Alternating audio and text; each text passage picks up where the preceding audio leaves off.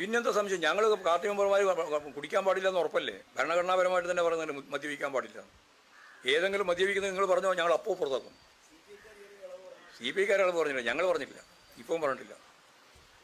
ഞങ്ങളെല്ലാം ജീവിതത്തിൽ ഇന്നേ വരെ ഒരു തുള്ളി കഴിച്ചില്ലല്ലോ. അങ്ങനെ പറയാൻ കഴിയുന്ന എത്ര ആളുണ്ട്? മദ്യപിക്കുന്നില്ല, മദ്യപിക്കൂല, സിഗരറ്റ് വലിക്കില്ല, അങ്ങനെ വലിക്കാൻ പാടില്ല എന്ന ദാർശനികമായ ധാരണയിൽ നിന്ന് വന്നവരാ ഞങ്ങളെല്ലാം.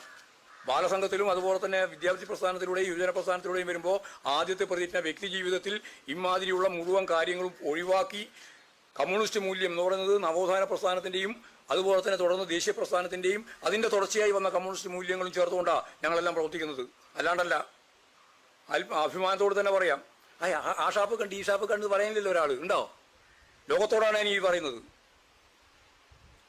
നിങ്ങളെ ഈ സമ്മേളനത്തോടല്ല ഞാൻ ഈ പറഞ്ഞത്. അങ്ങനെയുള്ള ലക്ഷക്കണക്കിന് കമ്മ്യൂണിസ്റ്റ് പാർട്ടി മെമ്പർമാരുള്ള നാടാണ് ഈ കേരളം.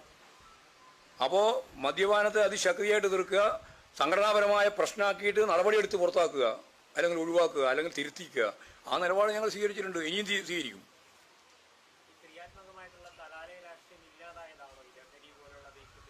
അതെല്ലാം ഉണ്ടാവും. അതൊക്കെ കൂടിച്ചേർന്നതാണ്. യഥാർത്ഥത്തിൽ രാഷ്ട്രീയ ധാരണ ഉണ്ടാവേണ്ടിയാണ് കുട്ടികൾക്ക്. അതില്ലാതാക്കുന്ന നിലയാണ് ഉണ്ടായിട്ടുള്ളത്. ശരി.